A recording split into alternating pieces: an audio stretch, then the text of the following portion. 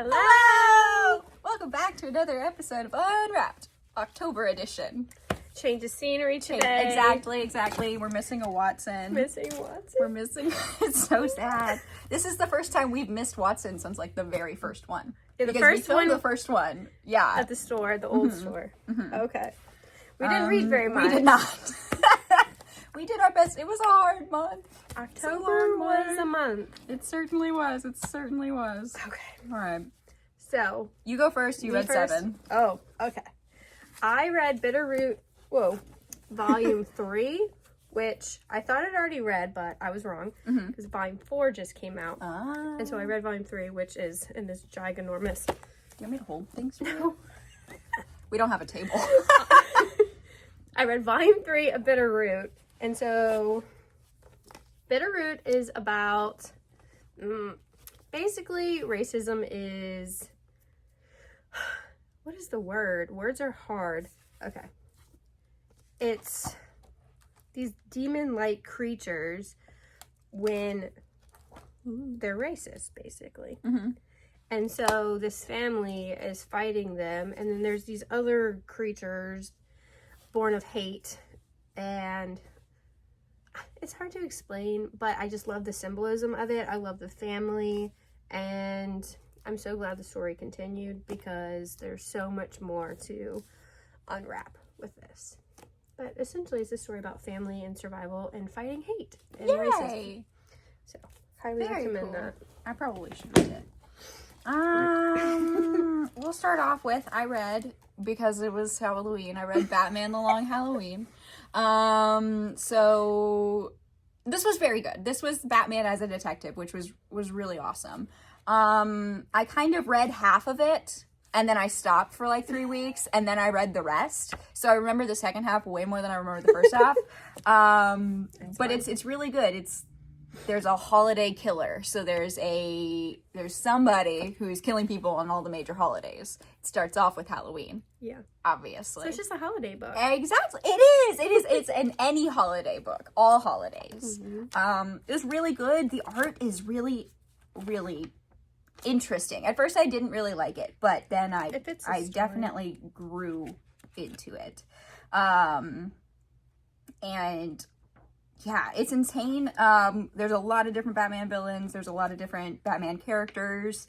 I understand why people say that this is like one of the greatest Batman stories of all time, because it felt very all encompassing. I was gonna say inclusive, but encompassing is a better word, of like Batman and who Batman is. And yeah, it was really good. Now you need to read Dark Victory. Now I have to read Dark Victory, exactly, because that comes right after this, right? Pretty much. Look at that. Yes. It was very good. It was really, really good. So I don't typically read a whole lot of Batman, or I read a lot of Batman and then I was like, I hate Batman. So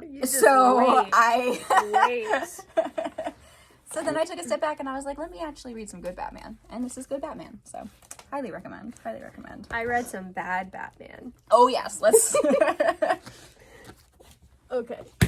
So I read All-Star Batman and Robin, which I didn't know is super controversial, of where people freaking hate this book. Yes.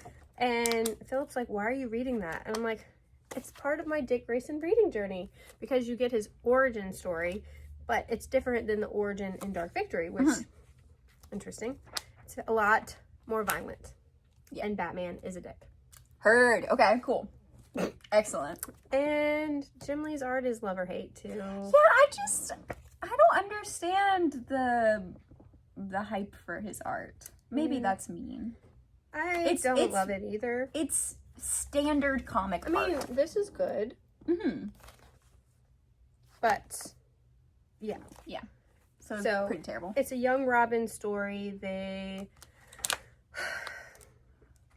We get to meet Black Canary and the Joker and all these other characters kind of like just thrown in there. But as an origin story, I like Dark Victory more. And Batman's a dick. That's my conclusion. That's the conclusion for this book. That's what I heard. He's so mean for no reason. Like, you basically adopt this little boy who just lost his parents and you're being a dick to him. How dare you? Rude. Freaking rude. That's all. That's all we need to say. Rude. Rude. Excellent. I read Angelica and the Bear Prince. I love this author's other book, The Magic Fish. It's one of my favorite graphic novels of all time. It is, and both of them are so good. This is more of a young adult novel, and it still has, even though it's not as like magical as The Magic Fish, it still has so much magic and whimsy. I love the art so like look at how pretty that is. And most of their work is based in like different cultural like fairy tales and stuff, and so this one was based on the Bear Prince. It's about Angelica, obviously, and she's feeling really awful about life right now, and she's always been perfect. She's always had great grades, all of these things, and then seemingly out of nowhere, her life falls apart, and she doesn't know why, and she doesn't know how she went from being this perfect person to not being able to do anything. And so this story kind of takes place after she's come out of that like dark period of her life, and she's still trying to adjust to not being the person that she was. And she's really into like theater and stuff, and her local theater puts on a production of the Bear Prince every single year, and she's lucky enough to get involved. And cute. You know, it's really, really cute. She has an online friend, and she like spills all her secrets to this online friend, and you can kind of like tell the whole plot of the story just from that. It's the Bear Prince, isn't it? It's the Bear Prince, exactly. And yeah, exactly. Spoiler alert. And I don't know, it was really, really lovely. I love this author so much. I love the relationship between Angelica and her mother. That really hit very hard for me. And yeah. My favorite thing about their art is like the spiral lines. The hair. Yeah. Ah! I love like the spiral. I don't know. Just the It's line work gorgeous. is so pretty. So pretty. And the colors and just it's perfect. Okay. So my YA book for the month was Nubia. Yay! To Real. And this was a sequel to Nubia For Real. Something real. Whatever. Something or other. Something real. But this was wonderful. So Nubia gets to go to Themyscira for the first time since, forever. And it was interesting artistically because before she gets there, it's one artist, it's Robin Smith. And then in Themyscira, the artist changes.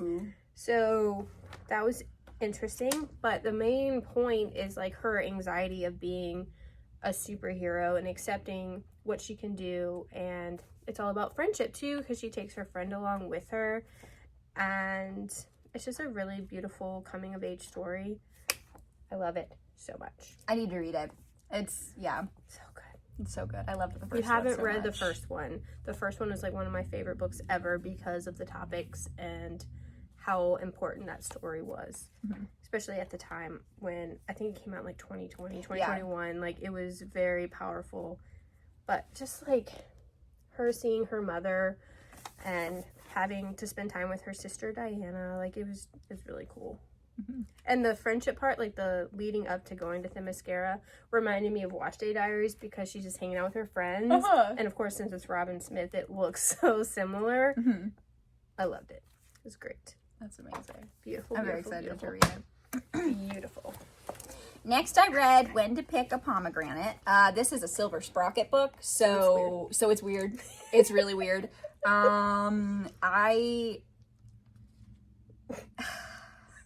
It's very good. I feel like you need to be intoxicated in some way, shape, or form to really understand it. It was Whatever your poison is, you should take it. It is a trip indeed. It's about growth and not letting yourself rot. You can't show any. I can't show any of the artwork at all. But it's gorgeous. It's a very funky little. She like falls in love with this pomegranate. With a pomegranate, but not really in love with the pomegranate.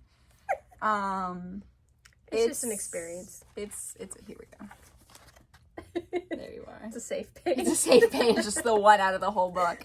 But yeah, if you want something strange that will probably, I feel like it's the kind of book that will mean something different to everybody who reads it. Yeah, of course. It can be taken in many different ways. So however it feels true to you is how it's supposed to be taken. So. And my weird book, we're just staying on theme today. Exactly, this is perfect. My weird book of the month was Who Killed Nessie? Mm-hmm. This is all about the cryptids and all these mysterious monsters. But Lindsay works at a hotel, and there's a convention of all the cryptids coming to the hotel, and she's in charge. And then Nessie dies, so she decides, well, they decide that she's going to solve the mystery of who killed Nessie. And it was interesting, the lore of all the cryptids. The artwork was really cute. I love Lindsay and her blue hair, or green hair, teal hair, whatever color that is. It was really cool because she's experiencing loss. She just had a breakup and she's having a lot of self-doubt. So this helped her get through that. So that was cool. And then just learning all the lore. It was a really fun story. Heck yeah. That looks cute. I might have to steal that one. Of course. Next I read Supergirl by Mariko Tamaki, so you know it was brilliant. This is a collection of the backup stories from a recent run of Action Comics. So it was my first time reading it, and it is...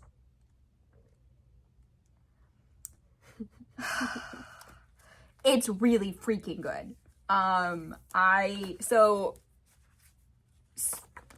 Superman sends Supergirl out on a mission, and she has to go to like the depths of space in order to complete said mission. And she is basically given the job to, to transport a prisoner to a more secure location. But like as the story goes on, you realize like the prisoner is actually not that horrible. Like the prisoner has just like kind of ruined their own life in a way. And it's really intense and absolutely gorgeous. And there's a spider creature. And yeah, it's phenomenal, really, truly. I love the art. Yeah, I'm like flipping back through and looking at it all is gorgeous. Like, look at that. That's Right? It's not a spoiler. There you are. It's crazy. It's gorgeous. I highly, highly, highly recommend if you like Supergirl at all. So, of course. Who doesn't like Supergirl? It's so good. Okay. I read Nightwing, New Friends, Old Enemies, and yeah, that's what it's called. I don't have that in trade, but I have some of the single issues, so I just brought out one of them. Mm-hmm. So the first issue in the trade is the story from Secret Origins 13. So Nightwing is disclosing his origin story with Johnny? Is that his name? Jonah? Johnny? Something. So there's that, and then the rest of the trade is him and Speedy having adventures, and they're trying to get Cheshire so Speedy can get his kid back. And so that was just interesting, and them being on little adventures together, and Cheshire being, you know. So there's that, but it took place like right after the his origin of Nightwing in Teen Titans, where he became Nightwing. Did I say that right? Yeah. Anyways, the Judas contract. Mm-hmm. That's what I'm trying to say. So the artwork was very not my favorite because the baby, what is her name, looked like a grown human but in baby format. Ew. And I'm just like, can y'all draw babies better? Please. Creepy baby. But yeah, that was part of my Dick Grayson reading journey. His Secret Origin. It's just a bunch of stories that were in Action Comics that they put into a trade. Mm-hmm. That is really expensive. I'm not gonna buy it. No. So yeah. Very cool. Very cool. So these next two, I technically didn't actually read this month, but they came out in trade, and I read the single issues. So the monthly Tom King, I read Black Canary, Best of the Best. So oh my God, this was insane. So Black Canary and Lady Shiva are fighting. They're doing their whole wrestling match thing. And if you didn't already know, Lady Shiva is the greatest fighter in the entire DC universe. She is literally unbeatable. Full stop. And so the fact that Black Canary is going up against her is this huge deal. So this is goodness gracious. So the reason that Black Canary is doing this is because she has to get through, I think it's 5 different rounds of the wrestling match in order to win a prize to get the money to fund her mother, who's the original Black Canary, her cancer treatment. And that's not sad at all. That's not sad at all. No. And you know me, I love a complicated mother-daughter relationship, and that's very much what this is. It is amazingly written. It is the bits where like the announcers are talking about the like fighting that's happening are insane. It is absolutely hilarious and brilliantly written. Each issue is a match, right? Each issue is a match, yes. So it's a 6-issue miniseries. Or round, not match. Yeah, round. I think round is more wrestling terms. Exactly. It's not really fighting, it's wrestling. But yeah, it was amazing. It had a glorious ending. It's very good. It's a little hard to read at some points, just because some of the like, even though I love the announcer bits, it gets a little like just bogged down with lots of words. But it's very good. Look at her. See? God, that cover. It's very good. It's very good. You should read it. She kind of looks like Jessica Drew right there with with those colors and stuff on her chest. It's gorgeous. The Spider-Woman logo. Hell yeah. Hell yeah. Very similar. But yeah, that's very Who's good. the artist? Ryan Sook. Oh. So. Way to go, dude. Way to go, dude. Hell yeah. I read Amazing Spider-Man Revelations. I read this for Banned Book Week. So this is banned because, oh my god. I think there's a scene where Mary Jane is in her underwear. And, oh, here we go. This is why it's banned, okay? Because a 6-year-old goes to pick this up out of the library and the mom's like, oh no, you can't look at that. Let's ban it. But this book is amazing. It starts off with the 9/11 issue, so that was very hard hitting, but beautifully, beautifully done. Just the real heroes of the story. It was very, very well done. And then the rest of it is Aunt May finds out who Peter really is, and she's kind of going through it because why did he hide this from me this whole time? And that conversation at the end was really, really well done as well. There's a lot because he's trying to do right by Aunt May because of what happened to Uncle Ben, and then, you know, all that is beautiful. That's what the revelations are. It was very well done. And then the last issue is got Mary Jane in her bikini. I didn't love the art of Mary Jane though, but that's just another issue. Mm-hmm. But it's a great, great book. Heck yeah. And it's banned for the stupidest reasons, of course. They always are. It's a very Peter Parker story. Mm-hmm. That's what I love. That one That's too. what I love about it. Mm-hmm. Mm-hmm. Very cool. Finally, I read Assorted Crisis Events by Dennis Camp, who is quickly becoming one of my favorite comic writers. So each issue is a different story. What happened basically is all of the timelines ever have collided into one. So you are living in the same time period as the dinosaurs, as the Renaissance, as all of history is happening at one time. Wow. And it, like I said, it's different stories, each one. And each one is, God, it's absolutely heartbreaking, some of the things that happened in this book. One of my favorites is there's a whole issue, and one page is from the point of one town, and then the other page is from the point of the same town, but it went through like a time hole thing. And so they're basically, it's telling the exact same story, featuring the exact same people, but going through different circumstances. It is brilliant. It's an excellent look at like humanity and how we can survive anything, and how sometimes our hard times make us more equipped for, I don't know, surviving longer and surviving better. There's a whole issue that is written in a spiral. So you read each page in a circle. It's about like having something really bad happen to you, and then you not being able to get out of the spiral of that thing that happened.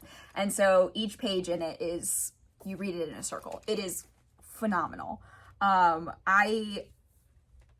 This is my favorite non like DC Marvel comic coming out right now. It is absolutely brilliant. It is heartbreaking. You have to read it in a very bright room because it is it's really heavy at some points, but each issue hits perfectly. And yeah, so I really think you should read it if you think you can handle it. Please keep yourself safe. But yeah, that's probably the best thing I read. My last book was Carmilla the Eternal. This is volume 3 in the Amy Chu Carmilla series. And this book has a big time jump from book 2. This is from the point of view of Athena's daughter, Ella. And she goes to Oxford for a job. And then she starts discovering some of the family secrets there and everything that's happened with Carmilla in the past. And just, you know, there's some strife with her parents, and it's just an interesting conclusion to the series. Very cool. I don't have much to say about it without spoiling the whole book, but I just love the lore of Carmilla, and the art's really well done too. Heck yeah.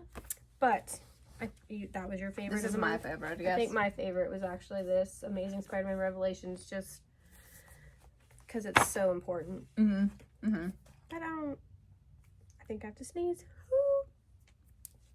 My least favorite book was All-Star Batman and Robin. Yes, that makes sense for But you. everything else I've read, I really liked. I mean, I hesitate to say my least favorite was When to Pick Up Pomegranate, but I don't think I was... I think I need to read it again. And no, I think you experienced it how you needed to. It's just a weird book. It's just weird. And sometimes weird is good, and sometimes it just doesn't hit the right person correctly. So, but yeah, it was overall a very, very good month. So very interesting month. Yes, November's starting out pretty slow too. Yep. It's okay. We're gonna go read some over Thanksgiving break. Okay? Yes, we're gonna read as much as possible. Thanks for watching, and we'll catch you next month. See ya. Bye.